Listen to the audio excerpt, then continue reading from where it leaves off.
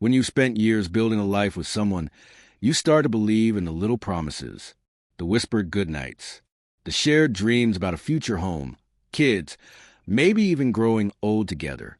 That's what I thought I had with Claire. I loved her with a sincerity I didn't even know I was capable of, and I thought, no, I was certain she felt the same way. It all unraveled on a quiet Sunday afternoon. We were sitting in our living room, the sunlight spilling to the curtains, when she asked if we could talk. Her voice carried a weight I couldn't place at first. I expected a conversation about bills, or maybe another one of her ideas about rearranging the furniture. But then she looked straight at me, her eyes calm yet distant, and dropped the words that would carve a permanent scar into me. I like you, but I'm not in love with you. I froze. My mind couldn't process it. Those weren't just words. They were daggers disguised as honesty. I stared at her, waiting for a laugh, a sign that this was some cruel attempt at humor. But she held my gaze, unflinching. Claire, I whispered, my throat tightening. What are you talking about? Not in love? After everything. She sighed, as though she rehearsed this 100 times. You're a good man, Adam. You've always been good to me. But I don't feel that spark anymore. I don't want to lie to you or to myself. My chest tightened, and I felt like the air had been stolen from the room. Every memory, every late-night conversation, every trip, every moment we'd shared, flashed before me, now tainted with the possibility that she had been quietly pulling away all along. Was there someone else? I asked, my voice trembling, though I already feared the answer. Her eyes flickered, then dropped to her lap. No, not exactly. But there's a coworker. We've been talking. And when I'm with him, I feel things I haven't felt in years. The room spun.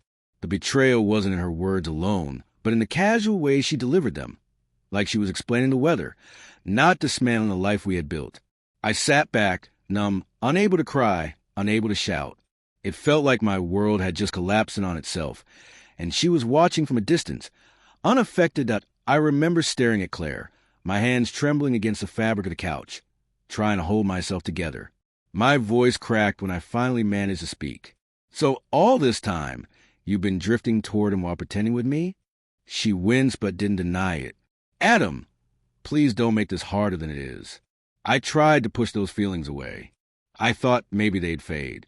But the more time I spent with him, the more I realized how empty things feel between us. Her words were sharp, deliberate, each one slicing away at my heart. I wanted to fight back, to beg her to stay, to demand why she would throw away everything we had built for the thrill of someone new. But then I caught myself. If she had already made up her mind, would anything I said matter? I rose to my feet and paced the room, the walls closing in around me. You said you loved me. You said you wanted a future with me. Was that a lie too? Claire shook her head quickly. No, I did love you. I still care about you, Adam. But caring isn't the same as being in love. Don't you see? I'd rather be honest now than live a lie for the rest of our lives. I almost laughed, but the sound that left my throat was hollow. Honest? You're only being honest now because you found someone else who makes your heart race. That's not honesty, Claire.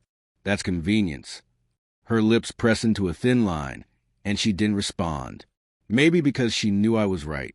I turned toward the bookshelf across the room, my eyes blurring. Every picture frame, every souvenir from trips we'd taken, stared back at me like ghosts of a life that had already ended. I reached for one photo, the two of us on the beach in Florida, smiling like we were untouchable. My hands shook as I set it face down. For the first time, I realized something.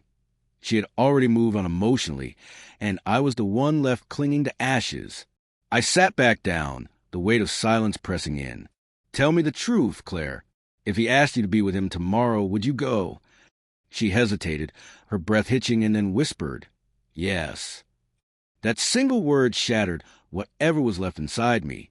It was confirmation that I wasn't losing her. I had already lost her. Her confession hung in the air like smoke, suffocating and impossible to escape. That one word, yes, was all it took to make the walls of our home feel foreign, like I didn't belong there anymore. I swallowed hard, trying to keep my voice steady. Then there's nothing left to say, is there? Claire's eyes brimmed with tears. She reached across the coffee table, as if to touch me, but I pulled back. The thought of her hands, the same hands that had once held me through storms, now felt like betrayal itself. "Adam, I never wanted to hurt you," she whispered, her voice trembling. I don't want to live a life that feels empty." I shook my head slowly. "No, Claire.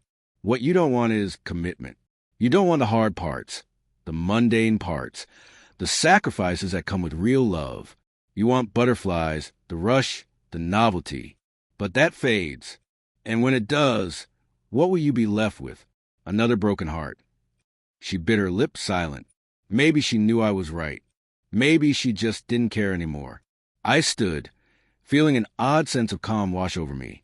It wasn't peace, more like the exhaustion of someone who's finally stopped fighting a battle they can't win. I walked to the bedroom, grabbed a suitcase, and began folding my clothes into it. Behind me, Claire's voice cracked. "Wait, where you going?" I didn't turn around. "You've already left me, Claire. I'm just catching up." The sound of her sobs followed me as I zipped the bag shut, but my resolve didn't falter. For too long, I had built my world around her. I had believed in us, invested everything into us. And yet, she'd been building escape routes in the shadows. When I finally wheeled the suitcase to the front door, I paused. I looked back one last time at the woman I had once loved with everything in me. Her face was pale, her hands shaking, her eyes wide with regret, or maybe just fear of being alone.